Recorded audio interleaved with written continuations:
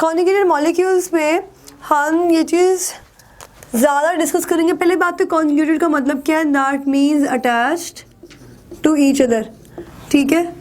तो two different molecules होने चाहिए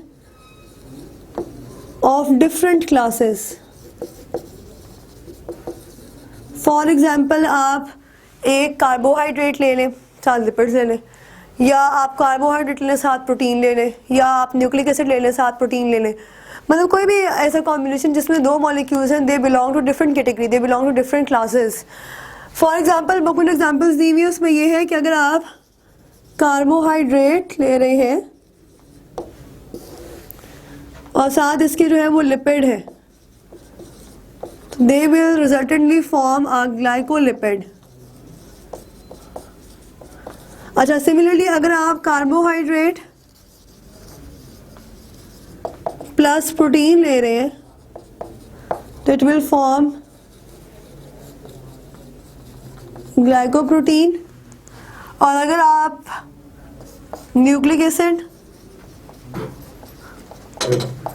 प्लस प्रोटीन, तो दिस इज न्यूक्लियोप्रोटीन।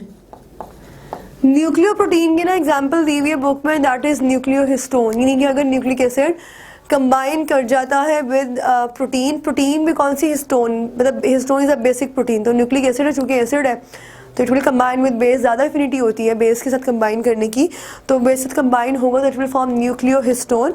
तो हमारे पास जो रिजल्टेंट कंपाउंड आएगा दैट इज न्यूक्लियोहिस्टोन। तो न्यूक्लियोहिस्टोन का फंक्शन क्या है? It is the nucleohistones are present in chromosomes, chromosome में प्रेजेंट होती हैं, and these conjugated proteins are not only for structural but also functional significance. They play important role in the regulation of gene expression. Gene expression की regulation में ना इनका important role होता है, मतलब किस जीन ने एक्सप्रेस होना है, किसने रिसेसिव रहना है। तो यहाँ पे जो है न्यूक्लियोहिस्टोन्स दे आर इम्पॉर्टेंट। तो आप इसको ऐसे भी लिख सकते हो that nucleic acid plus histone न्यूक्लियोहिस्टोन।